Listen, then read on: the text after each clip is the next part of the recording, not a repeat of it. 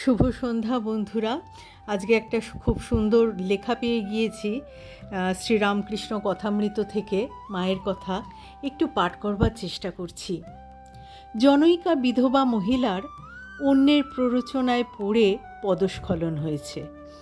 পরে নিজের ভুল বুঝতে পেরে মর্মে মর্মে অনুতপ্তা হয়ে এসেছে শ্রী শ্রী মায়ের চরণ তলে আশ্রয় শান্তি পেতে।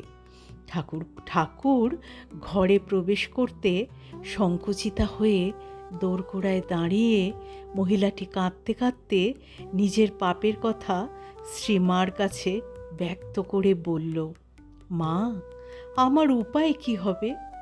আমি আপনার কাছে এই পবিত্র মন্দিরে প্রবেশ করবার যোগ্য নই।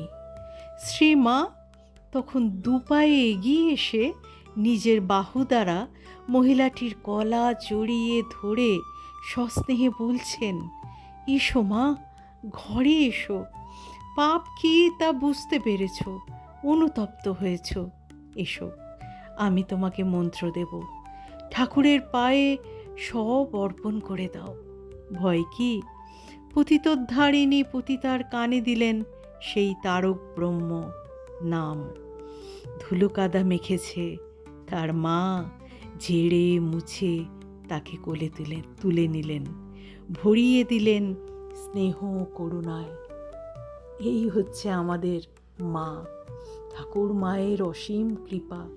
আসলে আমাদের অদ্বৈত বেদান্তে বলা আছে যে যা কিছু আমাদের চারপাশে সকল প্রাণী জগৎ, জড় অজড়, পশু পাখি, গাছপালা, শত্রু মিত্র, সৎ অসৎ, সকল কিছুর মধ্যেই, সকল জীব অজীবের মধ্যেই, জীব জড়োর মধ্যেই শ্রী শ্রী পরম ব্রহ্ম লুকিয়ে আছেন। শুধু দেখবার জন্যে দিব্য দৃষ্টি দরকার। আর তার জন্যেই সেই দিব্য দৃষ্টিটা অর্জন করবার জন্যে এই সাধন ভজন সব কিছু ঈশ্বর নামে থাকতে হয়। তাই মায়ের কাছে সৎ অসৎ সব সমান। এক জায়গায় মা বলেছিলেন না, আমি সতেরও মা অসতেরও মা। তার মানে তার কাছে সবই পরম ব্রহ্ম। জয় মা, জয় মা। আসলে মাঝে মাঝে মায়ের কথা বলতে, ঠাকুরের কথা বলতে ভীষণ ভালো লাগে। মানে এত বৈজ্ঞানিক আর এত সুন্দর আর এত ভেদভাব শূন্য। মানে এই বোধ যদি সকলের মধ্যে থাকে তাহলে তো আর পৃথিবীতে আমার কোনোই শত্রু থাকবে না। কারোর সঙ্গেই আমি এই বিদ্বেষ বা কোনো মানে কোনো কী বলবো, কাউকেই অসম্মান করতে পারবো না, বা কারোর প্রতি আমি আর বিদ্বেষ পোষণ করতে পারবো না। জয় ঠাকুর, জয় মা।